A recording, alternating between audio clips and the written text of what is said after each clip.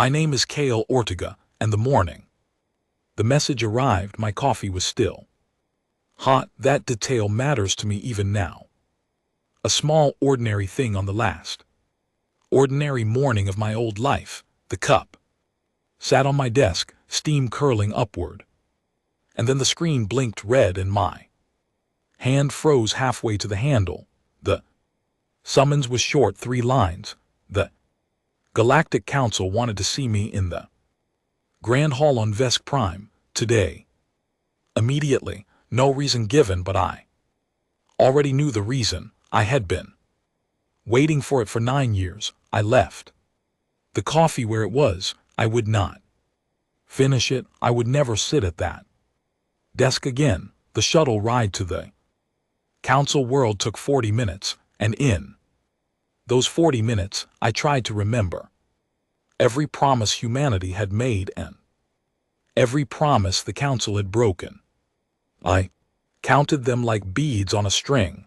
The trade restrictions, the forced inspections, the way they laughed when our scientists spoke, the way they called our home a backwater and our people a project. I had smiled through all of it. For 9 years I had smiled because someone had to, and the job had fallen to me. The Grand Hall on Vesk Prime is built to make visitors feel small. The ceiling rises so high that you cannot see where it ends. The seats of the 47 delegation sit in tall rings above the floor, and the floor itself dips down into a single pit lit from above by a cold white light.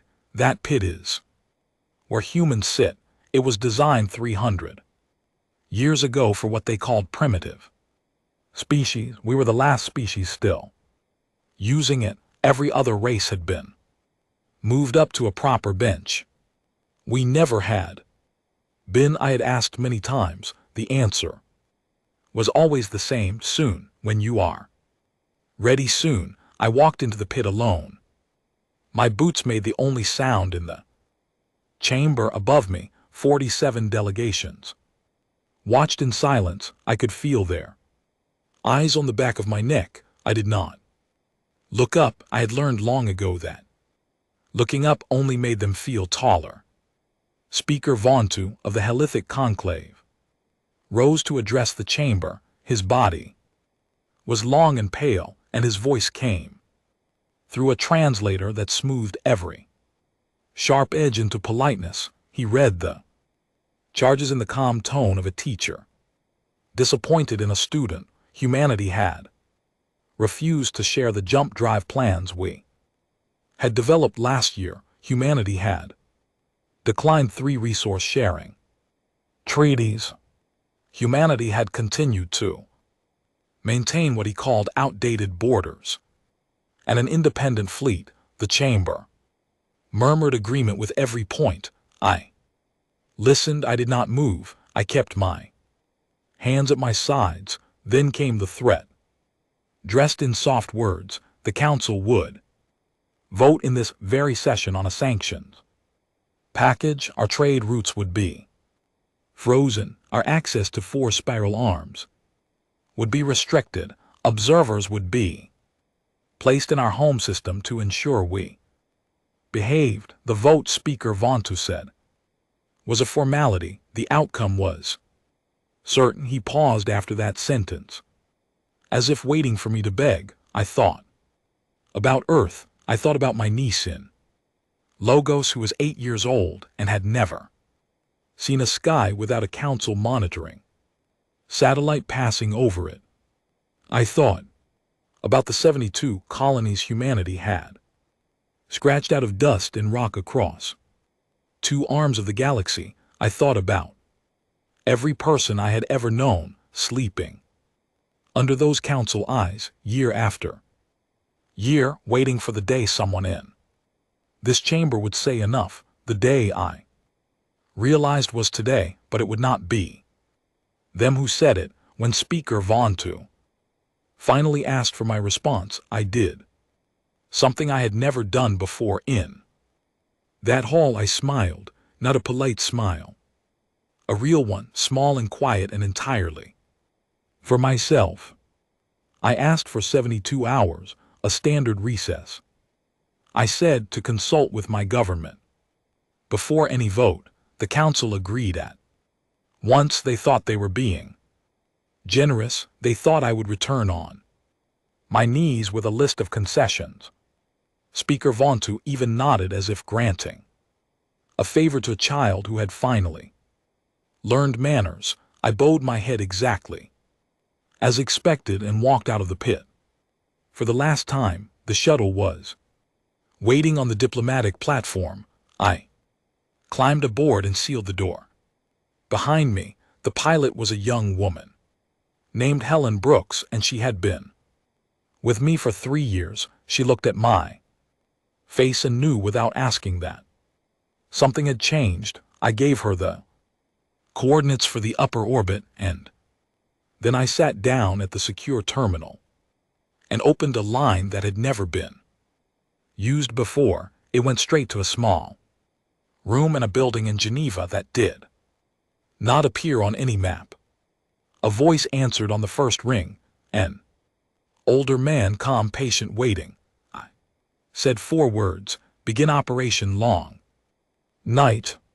The line clicked once and went dead. The voice did not need to ask if I was certain. The plan had been ready for 90 years. Every step had been written and rewritten by people who had been born and died waiting for this moment.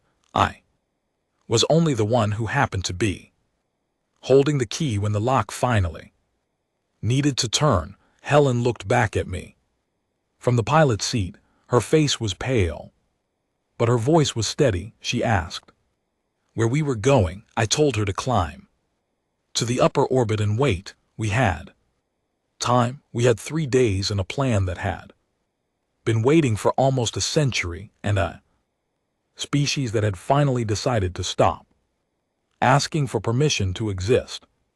As the shuttle rose through the atmosphere of Vesh Prime, I looked down at the grand hall, smaller now from this height, just a pale ring of stone against the green of the city. I thought about the 47 delegations sitting in their tall seats, waiting for the human to come back and apologize. They would wait a long time.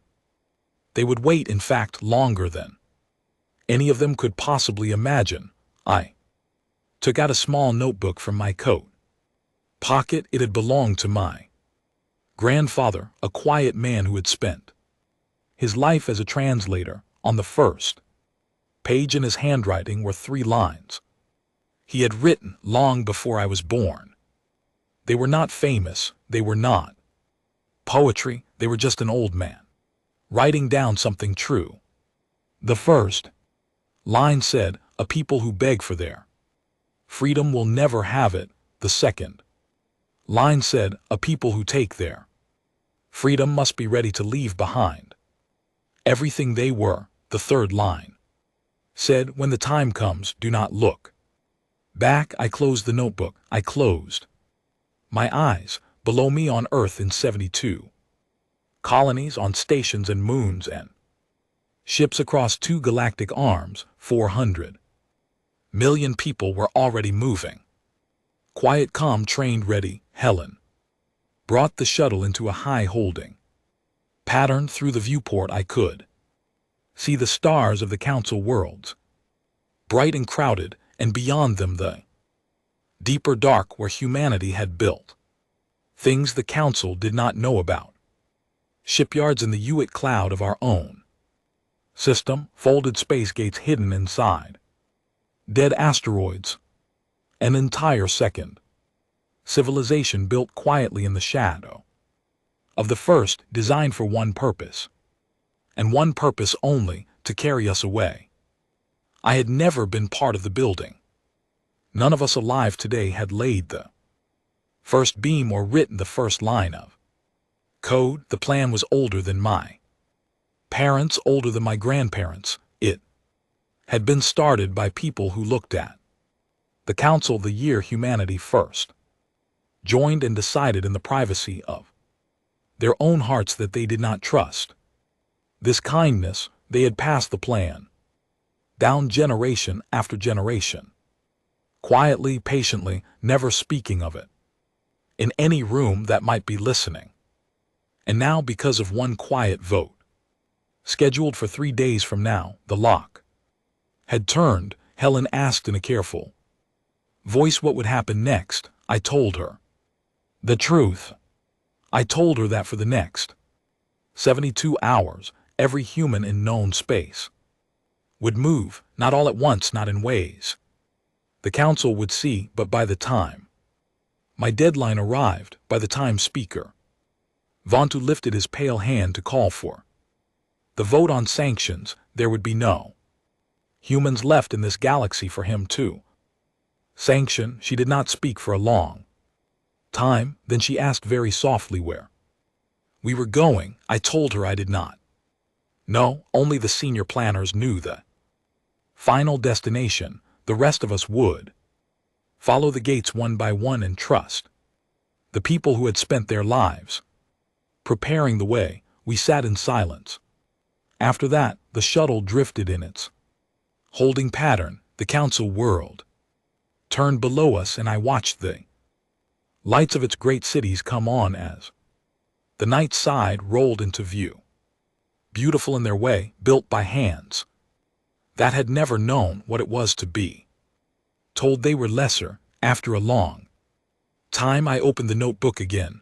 On the last page, my grandfather had written one more line in ink that had faded with the years. I had read it many times, but I read it again now slowly, as if for the first time. We are not a small people, he had written. We are only a quiet one, and when quiet ends, the loud will learn that they were never as loud as they thought. I closed the notebook for the last time. I put it back in my coat.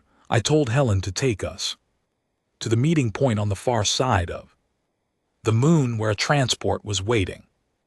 She nodded and turned the shuttle toward the dark. Behind us, the grand hall on Vesh Prime stood empty. The 47 delegations had gone to dinner. They were laughing, probably telling each other that the humans had finally been brought to heel, toasting Speaker Vontu for his firm hand, planning what they would say when I came crawling back in 3 days with my list of apologies. They would never get those apologies. They would never get me back at all. In 3 days, they would walk into that chamber expecting a man in a pit, and they would find the pit empty. They would call for me. They would send messengers to my embassy. They would scan my ship, and slowly, hour by hour, the truth would begin to dawn on them, and the smiles would fall from their long, pale faces, and the chamber would grow very quiet indeed. I did not feel triumphant. I felt tired and old and strangely deeply calm. For 9 years I had carried the weight of that pit. For 9 years I had smiled while my people were called primitive. The weight was gone now. I had set it down in the only place it could be set down, on the floor of the grand hall behind me, where it would stay forever. Helen brought us into the shadow of the moon.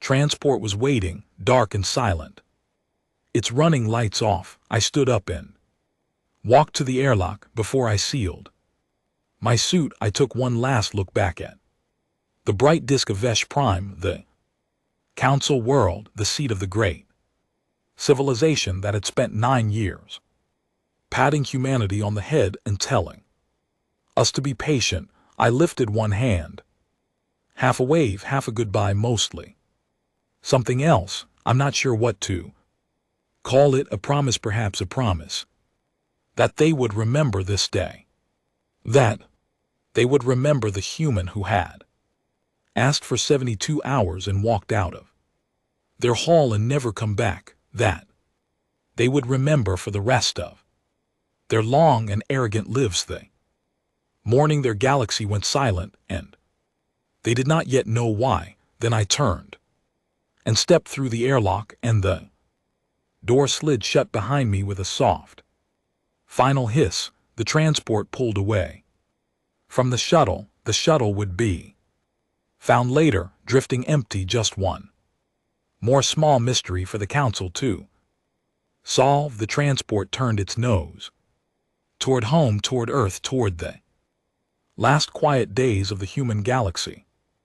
Before the great silence began, I looked out the small window at the stars. I did not look back at Vesh Prime. My grandfather had told me in writing not to.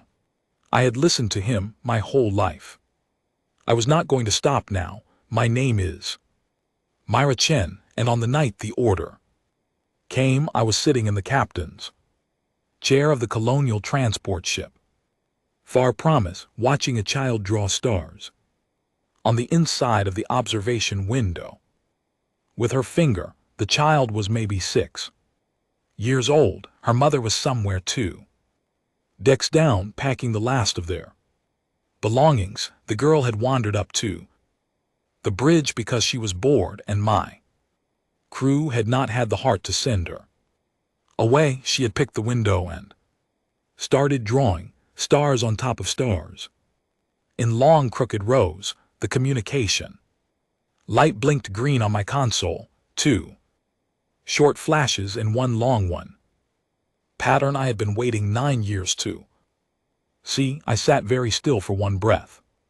Then I stood up, walked to the comm officer, a young man named Peter Hall, and put my hand on his shoulder. He looked up. I nodded once. He nodded back. He turned to his board and began the chain of signals that would wake my fleet from its long, quiet sleep.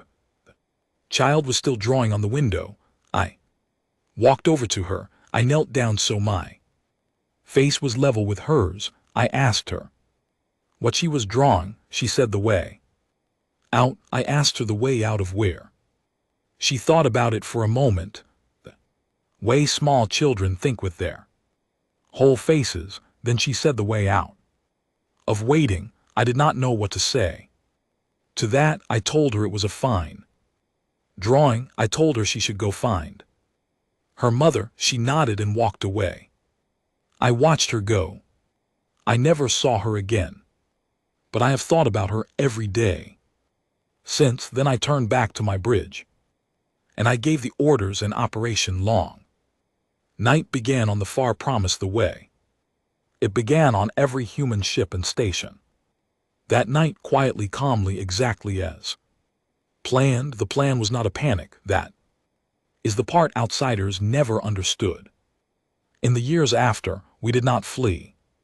Fleeing is what frightened people do in a hurry without a destination.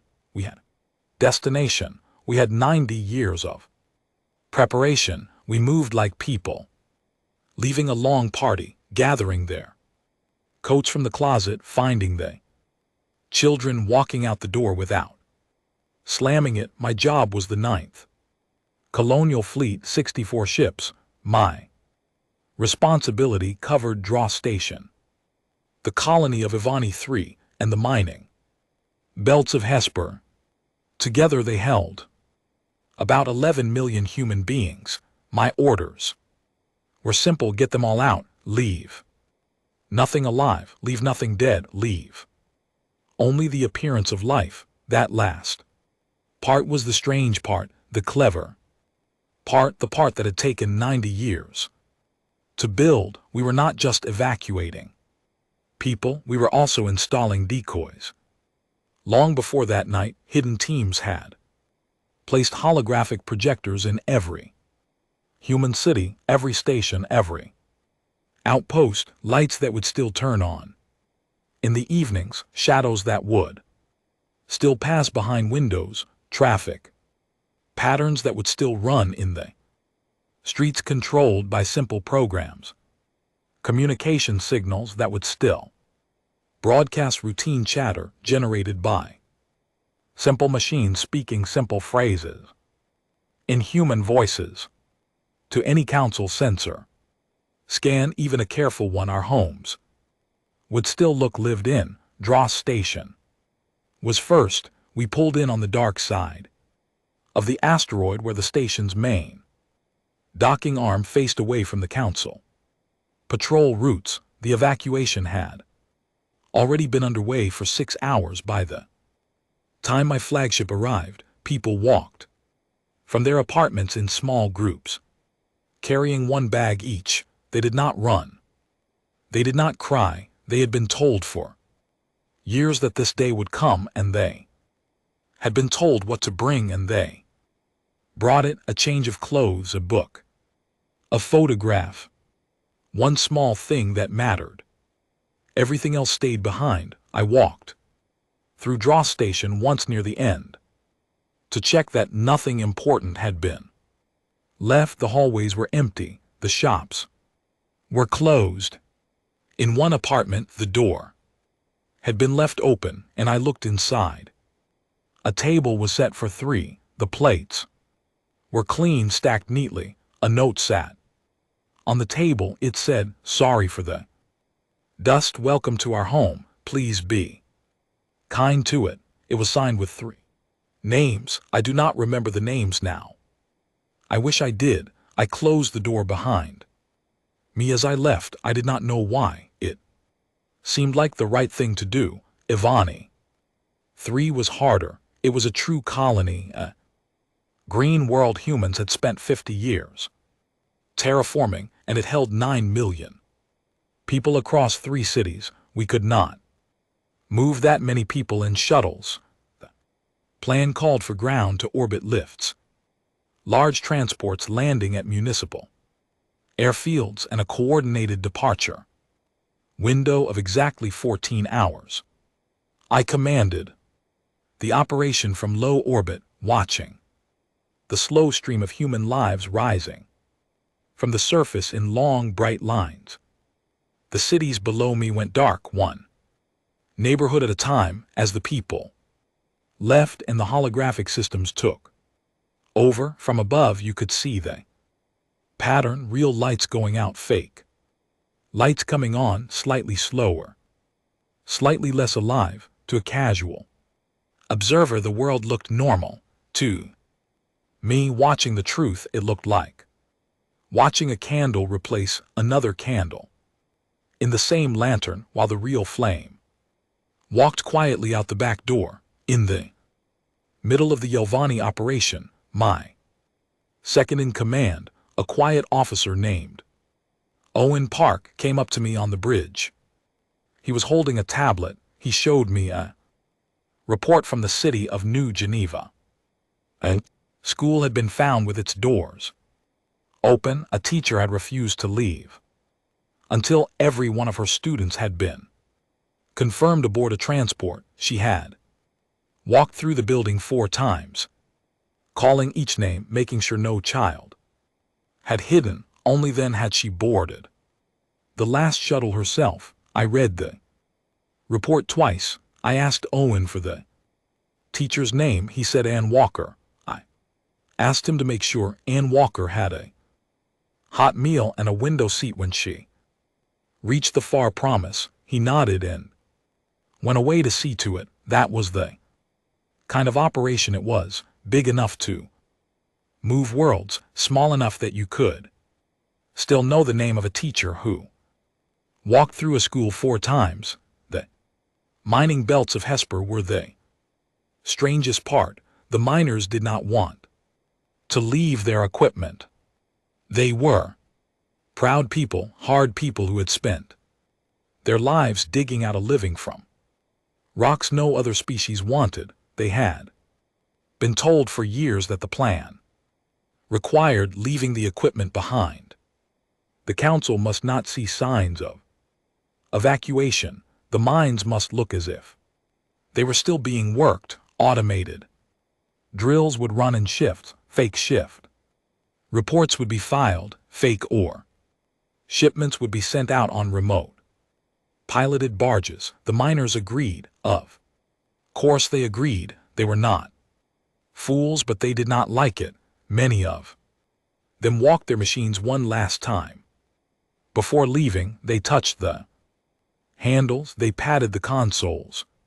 One old man named George Reed, who had been working the belt for 40 years, asked permission to leave a single screwdriver in the cab of his favorite drill. He said it would feel wrong to take it with him. He said the drill had earned it. I told him to leave it. He did. He climbed down from the cab with empty hands and walked to the transport without looking back. We left 98% of the mining equipment running, drills cycling, lights blinking, conveyor belts moving.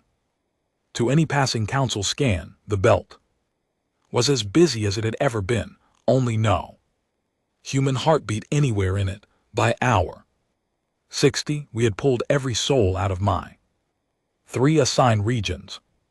My fleet of 64 ships sat above Dross, Yelvani, and Hesper, fully loaded, every bunk filled, every cargo hold packed with seed banks and libraries and the bones of human history. We were ready, but I could not give the jump order yet. The plan called for a synchronized departure. Every human fleet in every region would jump in the same minute. That way no one would notice a single fleet leaving.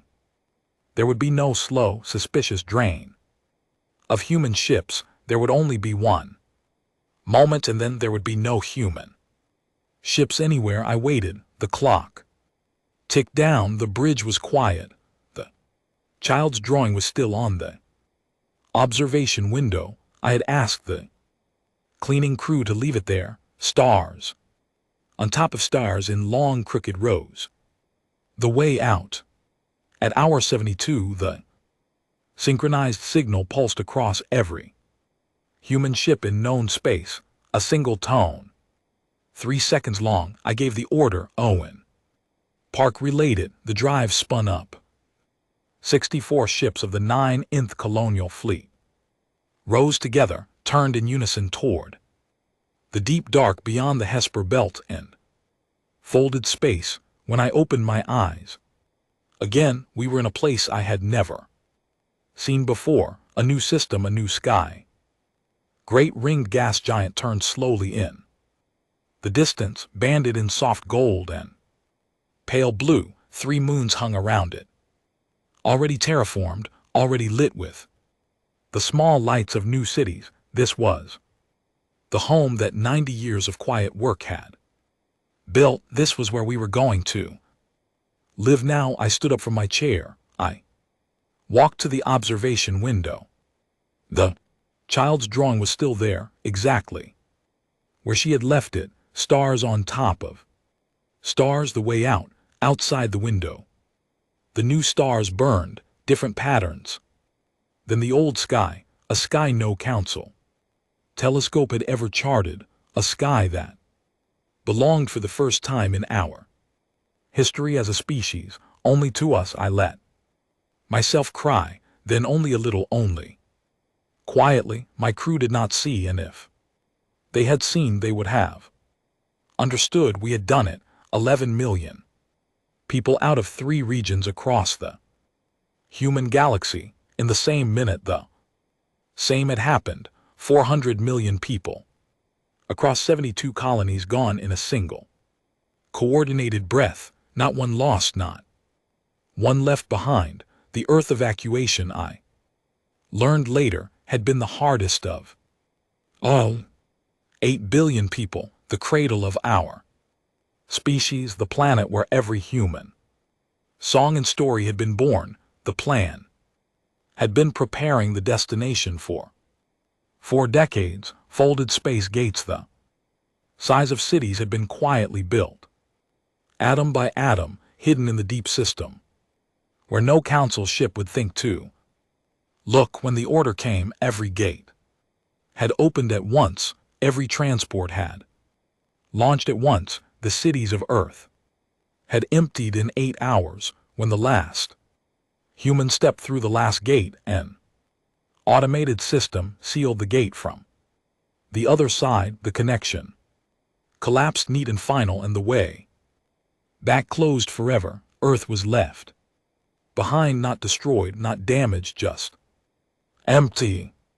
I have thought many times about whether that was the right choice to leave Earth standing, to let it become a museum of ourselves, an empty house with the lights still on. I think the planners chose right. A burned Earth would have been a wound that never closed. An empty Earth was a message. We did not leave because we had to. We left because we wanted to. We left because we were finished waiting. In the new system, around the ringed gas giant, the work began at once. Crews unloaded, cities expanded. Children who had spent the jump asleep in their bunks woke up and looked through windows at a sky none of their parents recognized. They did not seem afraid, they seemed curious.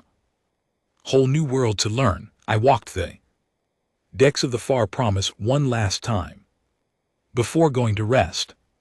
In the observation lounge, I found the little girl from the first night. She was looking out at the new stars. She had not drawn on this window. She was just watching. I sat down next to her. I asked her what she thought. She thought about it the way small children think, with her whole face. Then she said, "This one is bigger than the drawing." I told her that was true. I told her she had been right back on the Far Promise before the jump. Way out had been worth walking. She did not really understand what I meant. That was all right. She would understand later. We would all understand later. For now, the new sky burned outside the window, and there were people to settle and lives to begin, and a galaxy behind us that did not yet know we were gone. I went to my cabin and slept for the first time in 3 days. I dreamed of empty streets and a teacher walking through school 4 times and an old man leaving a screwdriver in the cab of a drill. I dreamed of a child drawing stars on a window. I dreamed of my grandmother who had told me once that the best kind of goodbye is the kind that does not need words. I think we had managed that kind of goodbye. I think we had walked away from the great cold council with our heads up and our voices quiet, and I think when they finally noticed, they would understand in their bones what kind of people they had been talking down to for 9 long years. We had not been small. We had been quiet, and quiet in the end had been enough. My name is Thrl Vass, and I am the Inquisitor the Council sent to find out where the humans had gone. I am the one who walked through their empty cities. I am the one who first felt in my own body the strange weight of a planet that should hold 8 billion lives and held none. I am the one who carved that weight into the official record. I will carry it for the rest of my days. The first 3 weeks the council was only annoyed. Ambassador Ortega had not returned at the end of his 72 hours. The recess had ended. The chamber had assembled ready to vote. The pit had been empty. Speaker Vontu had laughed. He had called for messengers to be sent to the human embassy. He had ordered routine inquiries. The routine inquiries had come back strange. The human embassy on Vesh Prime had answered all communications normally. Yes, the ambassador had been delayed. Yes, he would return soon. Yes, the human government wished to extend the recess by another standard week to prepare a full response. Polite, professional, reasonable. Speaker Vontu had granted the extension and gone to lunch. A week became 2 weeks. 2 weeks became 3. The polite answers from the human embassy continued. The polite answers were perfect. They were too perfect. Someone in the council bureaucracy, a junior officer of the Droskin delegation noticed that the phrasing of the responses had not changed in 18 days, the same words, the same sentence structure, the same small pleasantries at the end, as if a machine were answering, as if a script were running.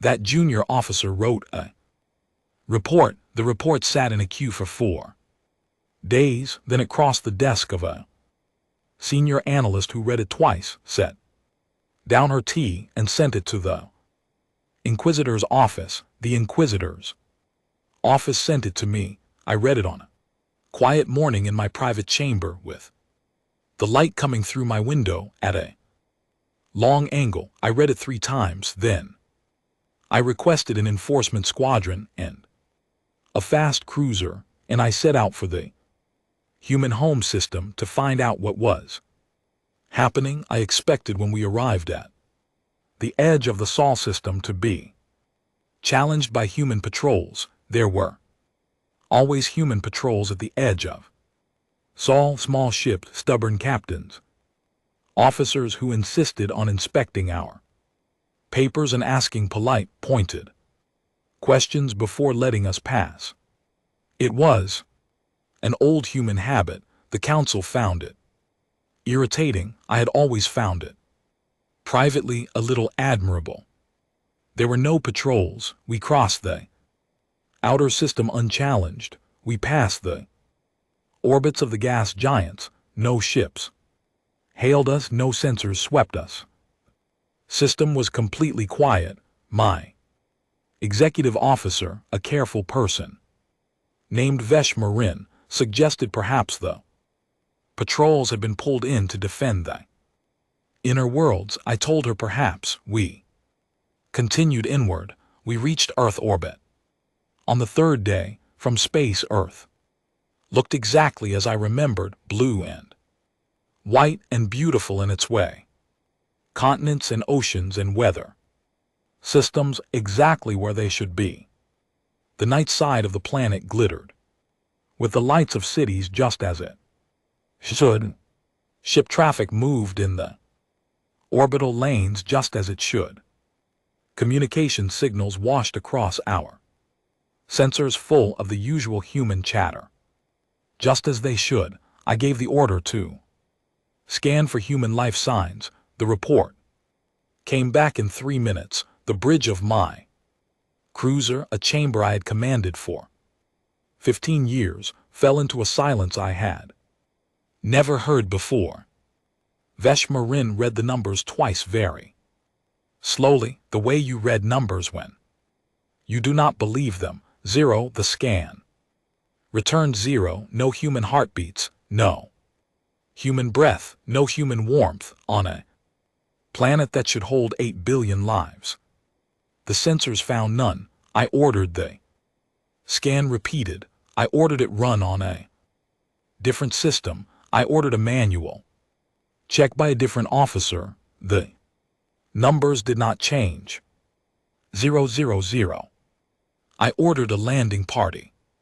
Vesh Marin chose the team herself, 12 troopers, fully equipped plus 2 scientists and a medic. They were experienced. They had been on hard worlds before. They went down expecting a trick, a hidden bunker network, a clever deception. They came back 6 hours later very quiet, and the senior trooper, an old veteran named Carrick, would not meet my eye when he made his report.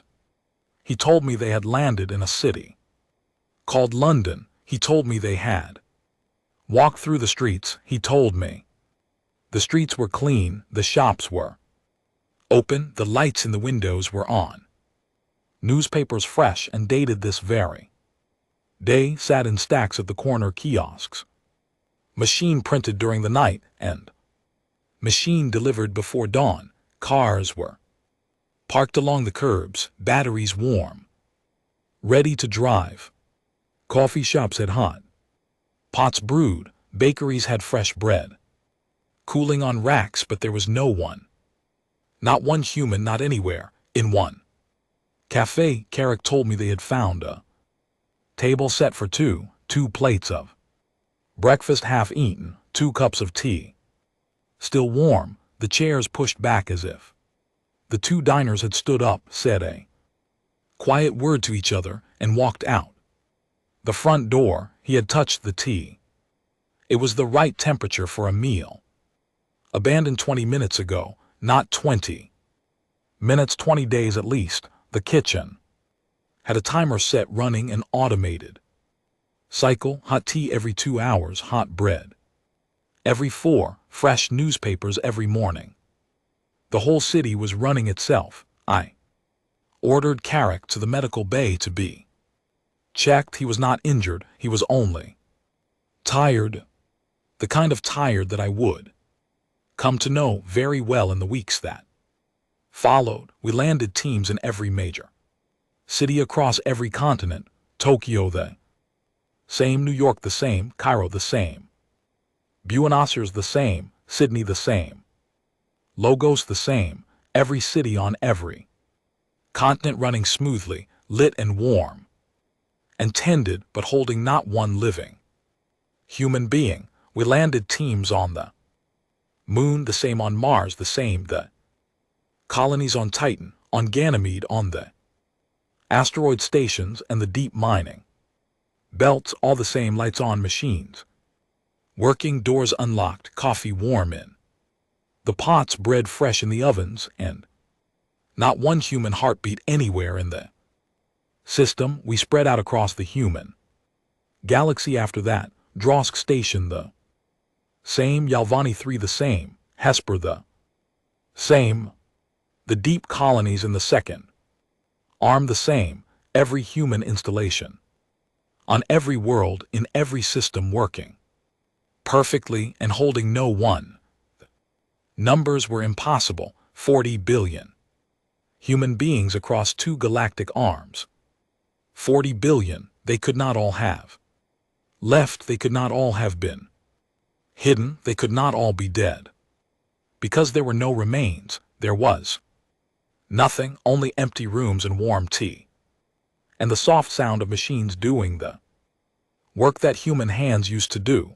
I would never have believed it if I had not walked through one of those rooms myself. On the 11th day, I went down to Earth.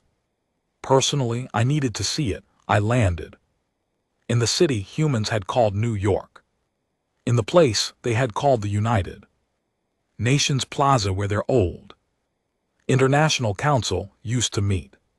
It was a building they had treated as important. I thought if there was a message anywhere on Earth, it might be there. I was right, in the center of the plaza. A tall stone obelisk had been raised. It was new. The stone was fresh.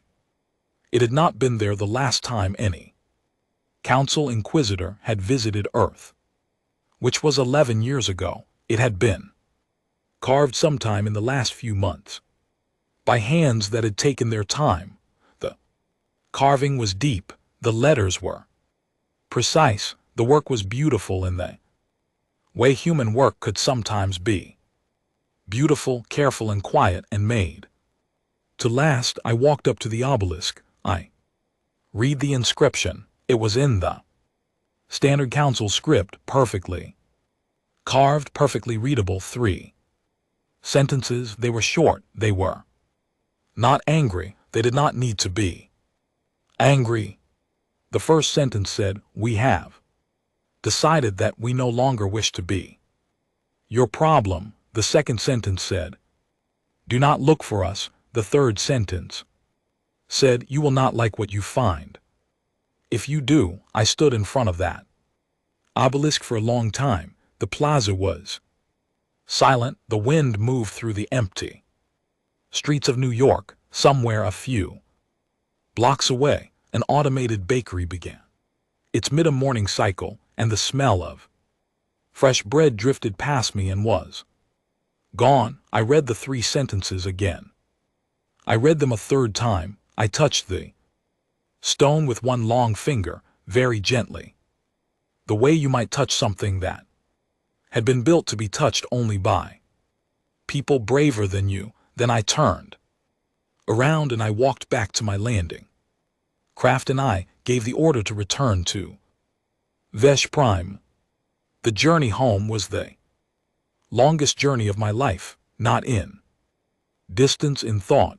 I sat in my cabin for many hours and did nothing but think. I thought about the words on the obelisk. I thought about the empty plate of breakfast in the cafe in London. I thought about the way the lights of those cities had still been burning on the night side as we approached, and how I had assumed all the way down that those lights meant people because I had been raised in a galaxy where lights meant people, and it had never occurred to me that lights could mean something else. Lights could mean a goodbye. Lights could mean a message. Lights could mean a polite, careful goodbye from a species that had decided on its own to be done with us. When I reached Vesh Prime, the council was waiting.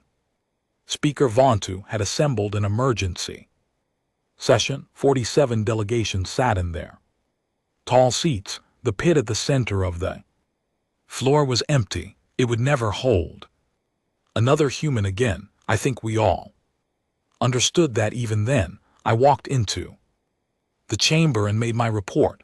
I did not soften it. I did not embellish it. I told them what we had found. I told them the numbers. I told them about the tea and the bread in the cars parked along the curbs with their batteries warm. I told them about the obelisk in New York.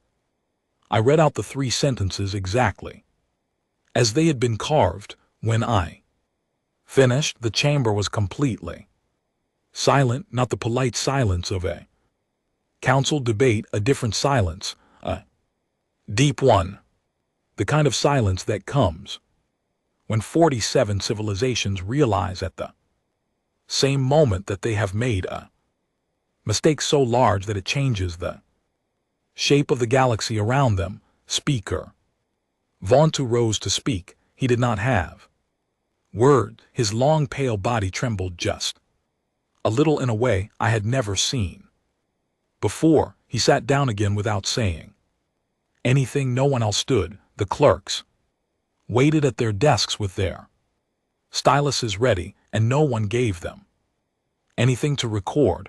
The session ended in silence. The 47 delegations left in silence. I walked out last through the high doors of the grand hall and into the bright evening of Vesh Prime, and I stood for a long time looking up at the sky where the stars of the human galaxy still burned, and where 40 billion human beings had been and now were not. I thought in that moment that we had not understood them, that all of us in 47 civilizations had spent 100 years and more looking at humanity and seeing what we expected to see, and we had been wrong.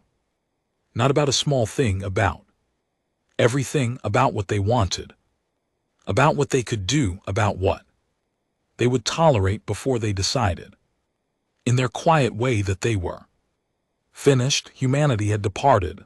The council had stood in shock, and as I stood under that sky, I felt for the first time in my long career as an inquisitor that the shock was not just at what they had done. The shock was at us, at what we had been, at what we had not seen when seeing should have been our one job. I did not sleep that night. I do not think Speaker Vontu slept either. I do not think any of us slept in any of our 47 civilizations on the night the truth finally arrived. In the weeks that followed, the silence in the chamber gave way to something else. Argument, blame, fear. Each delegation began to ask very quietly at first, what would happen now? What would happen to all of us in a galaxy where the humans were gone? The answer, as we would soon learn, was nothing good. My name is Corvs, and I am a trade magnate of the Yelvani Commercial Compact. I am Wealthy, I have always been wealthy. My family has held a seat on the compact's High Council for 11 generations.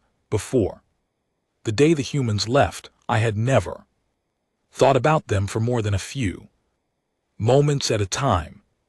After the day the humans left, I thought about them every hour, and I learned things about my own life that I had not known, and the learning was not pleasant. The first month, no one in my circles took the news seriously. We heard the Inquisitor's report, we read the official transcripts, we saw the pictures of the empty cities, and we mostly shrugged. So the humans had left, strange, dramatic, very like them.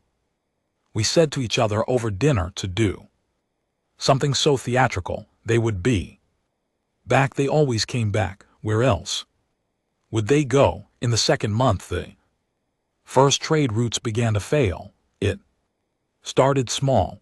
A shipment of rare gases from the third arm did not arrive on schedule. A delivery of medical supplies to the Droskin inner worlds was delayed, then canceled.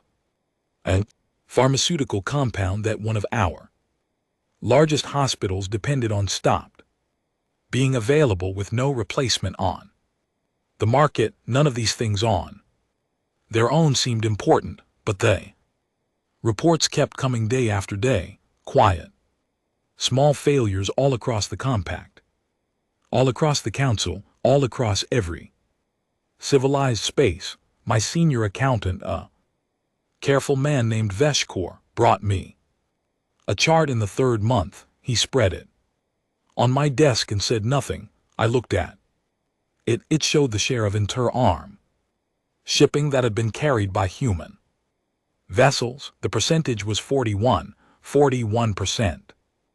Almost half of every cargo that moved between the galaxy's two main arms had been carried until recently by ships flown by human crews. I had not known this. None of us had known it.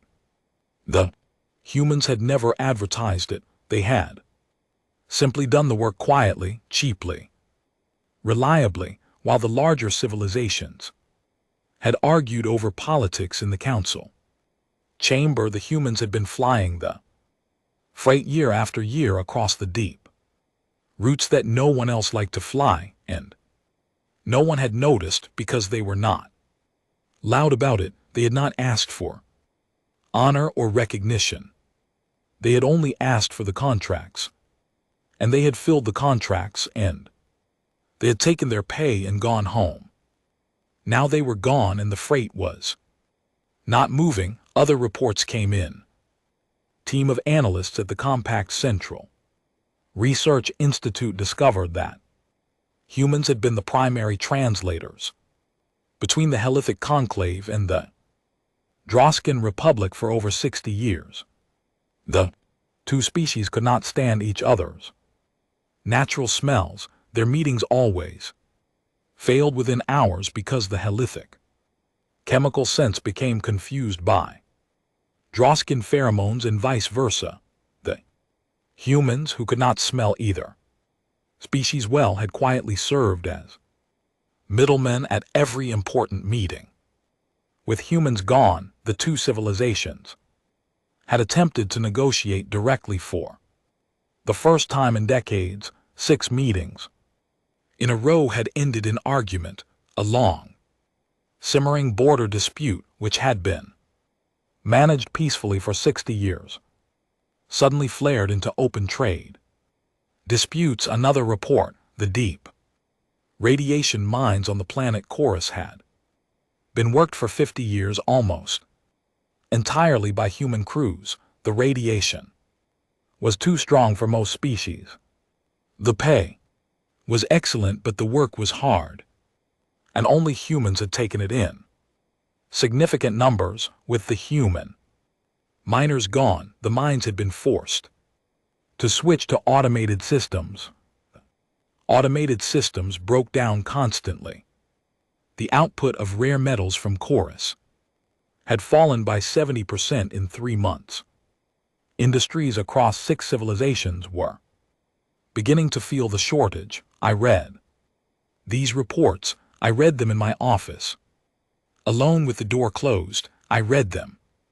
And I began to feel something I had not felt in a very long time, a small cold weight in my stomach, the weight of a realization arriving slowly in pieces. Over many days, we had not known what the humans did for us. None of us had, because they had never told us, and we had never asked. In my own house, I had a human accountant. Her name was Duran. I never bothered to learn her full name because I called her by her first name, and that seemed enough. She had worked for my family for 20 years. She had a small office on the 3rd floor with a window that looked out over the compact's commercial district. She wore plain clothes. She drank a particular kind of tea. She came in every morning at the same time. She left every evening at the same time. I had thought of her when I thought of her at all as good help, quiet, capable, unimportant. On the day she did not come to work, I had not noticed I was traveling. I returned 3 days later and asked my house manager why my morning reports were late. The house manager told me that Duran had not come in. He had sent inquiries to her apartment. Her apartment was empty. Her things were gone. She had left no notice, no forwarding address, nothing. He had assumed, he said, that I had been informed. I had not been informed. I went up to her office on the 3rd floor. The lamp on her desk was still warm. The teacup was sitting on its saucer. The papers in her tray were stacked neatly. Her ledger book, which she had used for 20 years, was open to the last entry she had made. The entry was dated 4 days earlier.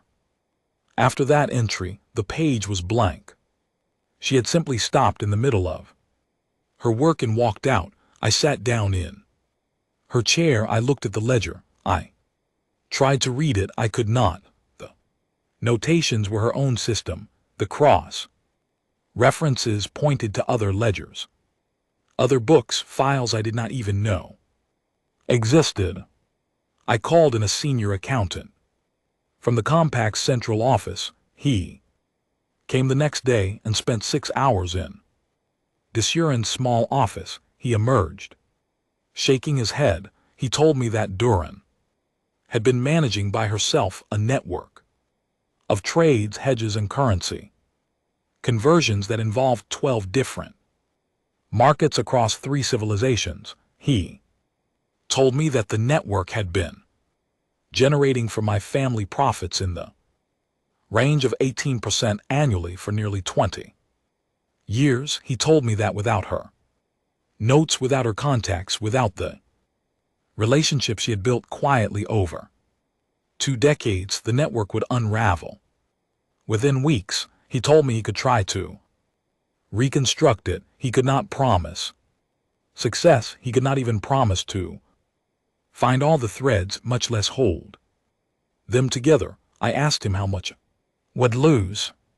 He told me the number was large, larger than I want to write down, larger than I had imagined any single accountant could be worth. I sat in Duran's chair for a long time after he left. I looked at her teacup. I looked at the window where she had watched the commercial district every day for 20 years. I thought about every time I had walked past her desk and not said hello.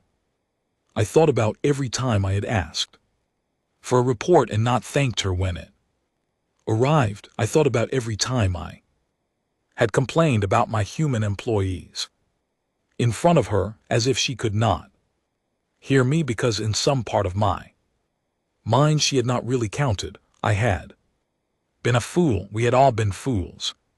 I understood that now, sitting in her quiet office on a planet that had once held a thriving human community of nearly 1 million, and now held only the empty houses where those humans had lived. The compact felt the loss in a thousand ways. Small businesses across the cities had relied on human workers. Restaurants, repair shops, cleaning services, delivery routes. The humans had not been visible, they had been everywhere. They had filled the gaps in our civilization, the gaps we did not know we had, the gaps that other species would not fill because the work was too humble or the hours too long. We had to fill those gaps. Now we tried, we hired from other species, we automated where we could, we adjusted, but the adjustments cost money, they cost time.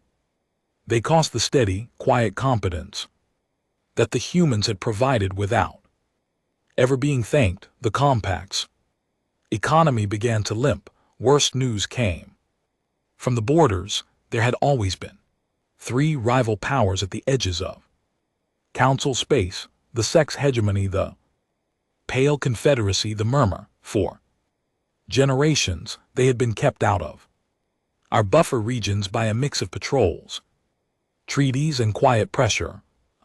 Surprising part of that pressure had come from human ships, small fleets, fast and unpredictable, that had patrolled the buffer zones for their own reasons, which had often happened to align with ours. The humans had never been formal allies in those patrols.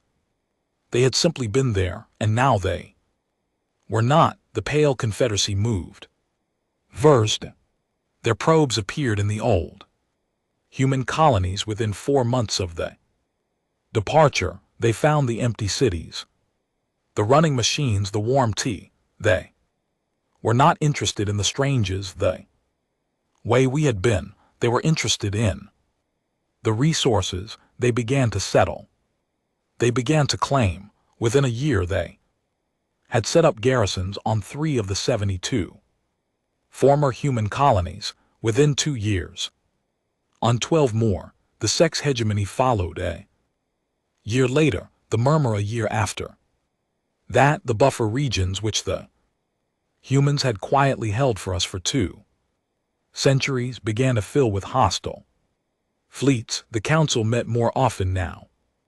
The chamber was crowded. The pit at the center of the floor remained empty, and we did not speak about it. We argued about the borders. We argued about defense budgets. We argued about whom to blame. We argued more and more about whether the humans could be found and persuaded to return. I attended these sessions. I sat in the compact's box in the 3rd tier, and I watched Speaker Vonto age in front of us. He had been a confident speaker once, smooth and polished. Now his hands shook sometimes.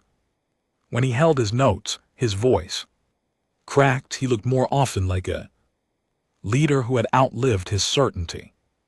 In the 6th year after the departure, the council passed an unprecedented resolution. It was called the Acknowledgement Act. It formally recognized humanity as an equal civilization retroactive to their first contact with us.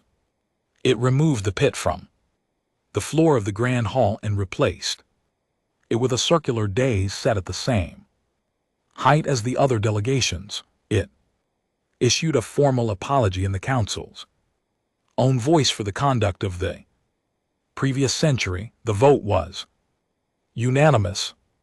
There were no humans in the chamber to hear it. The day sat empty. The apology echoed against the high walls and faded away. I voted yes. Of course I voted yes. By that time, every delegation voted yes. We had all learned the lesson.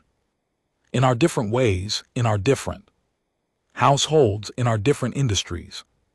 We had all sat in a quiet office somewhere, looking at a teacup, and realized what we had lost. The pale confederacy continued to expand.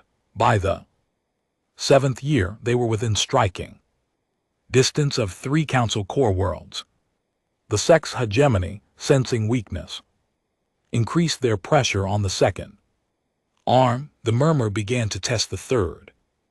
The council's defenses were stretched thin. Our fleets were not designed for this kind of pressure. We had grown soft behind the buffer the humans had unknowingly provided. In the 8th year, an emergency session of the council debated for the first time openly whether to attempt formal contact with humanity. There was, of course, the problem that we did not know where they were. The folded space gates they had used were unlike anything our scientists had ever seen. We had studied the residual signatures for years. We had narrowed the possible destinations to a region of the second arm of unknown.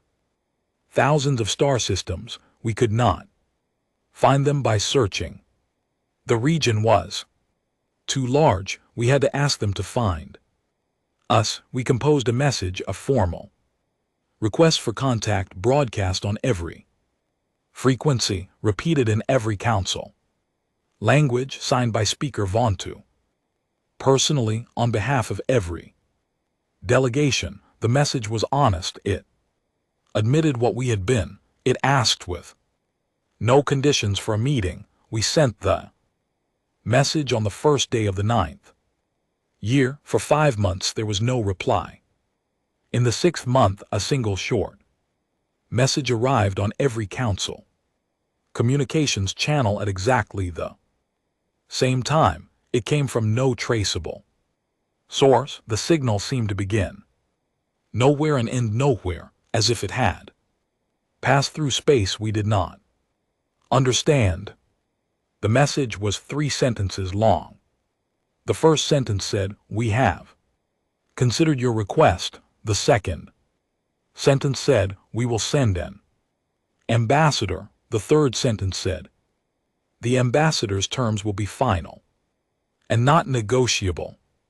The chamber erupted, cheers in many cases, tears in some, relief in all.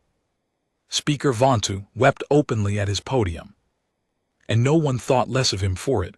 I watched from the compact's box. I did not cheer, I did not weep. I thought of Duran's empty office. I thought of her teacup. I thought of the 18 years of profit she had quietly given to my family while I had not even bothered to learn her full name. The humans were coming back, not to live among us only, to meet with us only, to set terms. I knew in my old, slow, tired bones that those terms would not be soft. The humans we had known were quiet, but they had also been patient. Patience, I had learned, is what hard people use when they cannot yet afford to be loud. Now, after nearly a decade of building civilization beyond our reach, after watching us beg them, after watching us collapse without them, they could afford to be loud. They would not be loud. They were never loud, but they would not need to be. I went home that night and I sat in Duran's old office, which I had never reassigned. I had kept the teacup on the saucer. I had kept the ledger open. I had kept the lamp burning. It had become, in some quiet corner of my own house, small shrine to mistake I would carry for the rest of my life. I sat in her chair. I looked out her window at the lights of the city. I waited for the humans to come. My name is Kale Ortega, and I am old now. My hair, what is left of it, is white. My hands shake a little when I write. My back aches when the weather turns. I have lived 18 years in the new system, the one humanity built around the great ringed gas giant, and I have watched my species become something I did not know we could be. And today, for the first time in those 18 years, I am stepping back through the gate. The ship that carries me is called the Quiet Return. It is a small ship by the standards of our new fleet. It does not need to be large. I am one passenger and my mission is one meeting, and the matter at hand is not war, it is in the older sense of the word business. The pilot of the Quiet Return is a young woman named Helen Brooks. Yes, the same Helen Brooks, who flew me away from Vesk Prime 18 years ago. She is not so young now. She is gray at the temples and steady at the controls. She asked when she heard about the mission to be the one to fly me. I told her she did not need to ask. Seat had been hers from the beginning. We have not spoken much on the journey. There is nothing that needs to be said. We both remember, I think, about the new home behind us. As the gate opens, the three worlds around the gas giant cities humanity has built in 18 years. New London, New Log, New Tokyo, names that carry forward the memory of cities we left behind, children who have never seen Earth and ask sometimes what it smelled like. I tell them it smelled like rain on warm stones. I tell them it smelled like the sea. I tell them it smelled like home until home meant something else, and then it smelled like a place we used to know. We pass through the gate, the stars change, the old constellations slide back into view.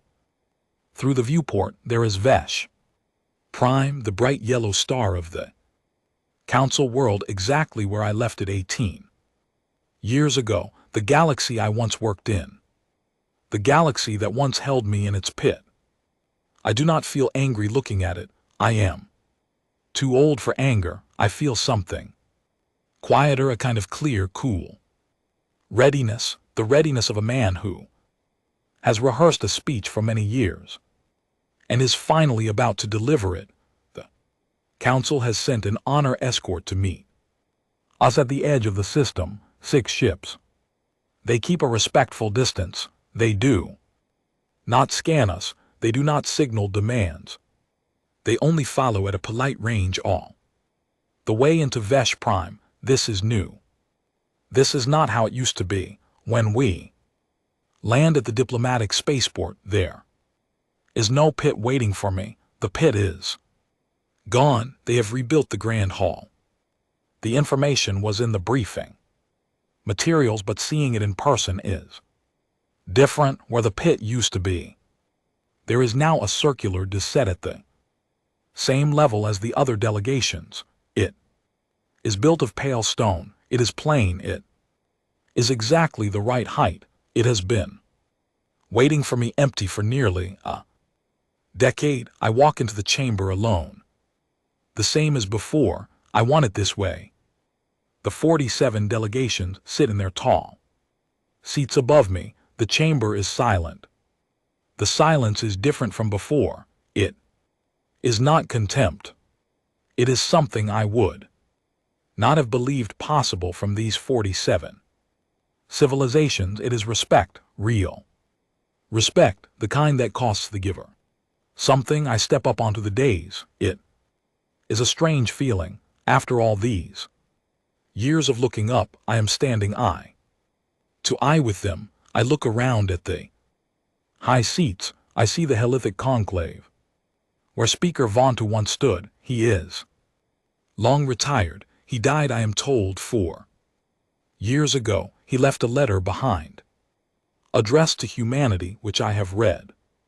It is honest, it is sad, it is the letter of an old man who finally saw too late what he had been. I do not hold it against him. I forgave him in my heart many years ago, because forgiveness costs the forgiver less than carrying the weight. The new High Speaker is a young woman of the Droskin Republic. Her name is Anath Vel. She rises now to greet me. She bows. She holds the bow for a long moment, longer than protocol requires, and the chamber is silent during it, and I think she has rehearsed this moment as carefully as I have rehearsed mine. When she rises, her eyes are wet. She speaks. First, she speaks for the council. She Apologizes. She apologizes for the pit.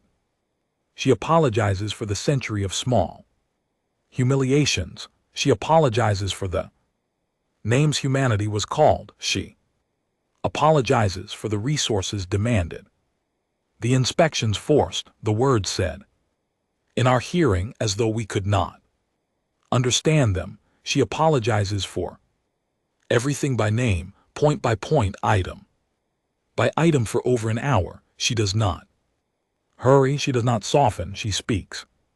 Each apology like a stone being laid a wall. When she is finished, she sits down, she waits. I do not speak for a long moment. I'm not being dramatic. I'm simply taking it in. 18 years ago, I stood in the pit below this chamber and listened to Speaker Vontu read charges against my species. Today I stand on days at equal height, and the chamber listens while a new speaker apologizes for the century my people endured. I never thought I would live to see it. I'm very glad I did. I tell them when I begin that I accept their apology. I tell them that humanity accepts it. I tell them that we have not come to punish anyone. We have not come to gloat. We have come because they asked for help, and we have considered the request seriously, and we have decided that the answer can be yes. The chamber breathes out. You can hear it. 47 delegations exhaling at once, but the answer, I say, comes with terms. Terms are not negotiable. The terms are not harsh. They are simply what humanity requires to engage again with this council after what we have learned about ourselves and about you in the years we have been apart. I read out the terms. There are 5 of them. They are short. First, full sovereign recognition of the human civilization with no probationary status, no review period, and no conditions. Second, equal council standing, including a permanent days of equal height in the grand hall, which I see has already been built and which I thank them for. Third, no observer treaties, no inspection rights, no resource demands of any kind ever. Humanity will trade where humanity chooses on terms. Humanity sets. Goods will move where they are paid for. There will be no forced sharing. Fourth, the pale confederacy, the sex hegemony, and the murmur will be informed by joint council and human declaration that the buffer regions are now under combined protection. Aggression toward council space will be answered jointly and with seriousness. Humanity will not fight the council's wars for it. Humanity will, however, stand with the council against those who would take advantage of weakness. Fifth, and this is the term that took longest to write, an official record will be entered into the council's permanent archive. The record will describe the century before the departure honestly. It will describe what was done to humanity and what humanity did in response, and what the council learned and what the cost of that learning was. The record will be public. It will be readable by any species anywhere in the galaxy forever. We do not ask for this to shame the council. We ask for it so that no other species ever again is mistaken for livestock by anyone in this chamber. I finish reading. I set down the page. I look up at the 47 delegations. There is a long pause. Then High Speaker Anath rises again. She does not call for debate. She does not call for committee review. She simply asks for the vote. She asks for the yes or no of each delegation by name in order on the record with no abstentions allowed. The vote begins. The Helithic Conclave votes yes. The Droskin Republic votes yes. The Yelvani Commercial Compact votes yes, one by one in order. Every Delegation votes yes, there is no no. There is no abstention, there is not. Even a long pause, the 47 civilizations of the Galactic Council in one unanimous voice accept every term humanity has set. When the vote is finished, the chamber rises and remains standing. The High Speaker says nothing for a long moment, then she says simply, "Welcome back." I bow to the chamber, they bow to me. We sign the documents an hour later, in a smaller room with 3 witnesses from each civilization. Helen Brooks signs as a witness for humanity. Her hands do not shake. I am glad. Mine, I think, would have. The agreement enters into force at the end of the standard week. By then, joint declarations have been sent to the Pale Confederacy, the Sex Hegemony, and the Murmur. The wording is firm, the wording is short. The wording is in some places my own writing. The 3 rival powers respond. Within days, 2 of them withdraw. Immediately, the third, the Pale Confederacy, takes a little longer, but they withdraw as well. They have heard the stories of how humanity quietly left. They are not eager to find out how humanity loudly returns. I stay on Vesh Prime for another month, finishing details, attending small ceremonies, signing small papers. The chamber treats me well. The hotel rooms are good. The food is interesting.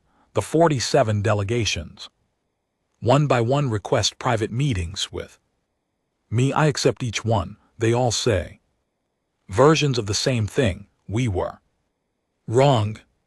We are sorry. We are grateful you came back. I tell them all the same thing in return. We accept the apology. We are glad to be here. We will not forget what was, but we will not live inside it. On the last evening before I depart for home, I walk out of the diplomatic quarter and into the city of Vesh Prime. I walk alone. I want to. The streets are busy in the evening. The species of 47 civilizations move past me on their way to dinners and theaters and homes. None of them notice the old human in the plain coat. I am glad I have had enough of being noticed. I walk to the United Council Plaza. It is a wide open space lit by tall lamps, surrounded by the great buildings of the council. In the center of the plaza, where there used to be a fountain, there now stands a tall stone obelisk. It is new. The stone is fresh. It was carved by the council last year as part of the acknowledgement act. I walk up to it. I read the inscription. It is in the standard council script, deeply carved, made to last. The inscription is long. It tells the story of the century before the departure. It tells the story of the departure itself in honest words. It tells the story of the empty cities, the running machines, the warm tea. It tells the story of the long silence and the cost of the silence and the lessons learned. At the end, it carries 3 sentences from another obelisk, the obelisk that still stands, I am told, in the old plaza in the empty city of New York, on the empty world of Earth. The first sentence says, "We have decided that we no longer wish to be your problem." The second sentence says, "Do not look for us." The third sentence says, "You will not like what you find if you do." Below those 3 sentences, the council has added 3 more in their own words. The first sentence says, "We found them." The second sentence says, "We did not like what we found in ourselves." The third sentence says, "We will never forget." I read it all twice. I touched the stone the way Inquisitor Thrella Vast told me she once touched the stone of the obelisk on Earth on a day 18 years ago. I stand there for a long time. The plaza moves. Around me, the lamps glow, the species pass. I think about my grandfather and his small notebook and the lines he wrote long before I was born. A people who beg for their freedom will never have it. People who take their freedom must be ready to leave behind everything they were. When the time comes, do not look back. We had not looked back, not for 18 years, and now finally on the right evening in the right plaza in front of the right stone, I looked back just once. Just a little. I lifted one hand, half a wave, half a goodbye, mostly something else. A promise kept, a long road walked. A people who had been called small and were not. A people who had been called primitive and were not.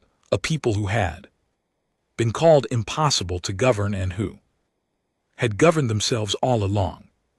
Quietly, patiently, in the small spaces between the loud voices of the great council that thought it ruled them, we had left, we had built, we had returned. We had returned on our own terms. I walked back to the diplomatic quarter. I went to my room. I packed my few belongings. The next morning, Helen Brooks brought the quiet return down to the spaceport, and I boarded, and we lifted off through the bright blue sky of Veszprem. For the last time, I did not look back at the city. I had already looked back the night before at the only stone that mattered. We passed through the gate. The old stars fell behind. New stars came up. The great ringed gas giant of our home turned slowly into view, banded in soft gold and pale blue. With its 3 lit moons, I saw the lights of New London. I saw the lights of New Logos. I saw the lights of New Tokyo. I saw the lights of every human city we had built in 18 years, glowing across the moons and the orbital stations and the long pale arc of the ring habitats. I thought, this is the answer, not the apology in the grand hall, not the obelisk in the plaza. The answer is this: the lights, the lives, the fact that we built it, the fact that we built it ourselves in the dark without anyone watching, with only the trust of our parents and grandparents to guide us. The fact that we were ready when the loud voice in the pit ordered us to be quieter, to instead be done. Humanity had departed and the council had stood in shock. That was the story for many years. That is the story you will hear if you ask the old ones in the chamber, the ones who remember the day the messengers came back with empty reports, and the chamber fell silent and speaker Vaughan sat down without speaking. But that is only half of the story.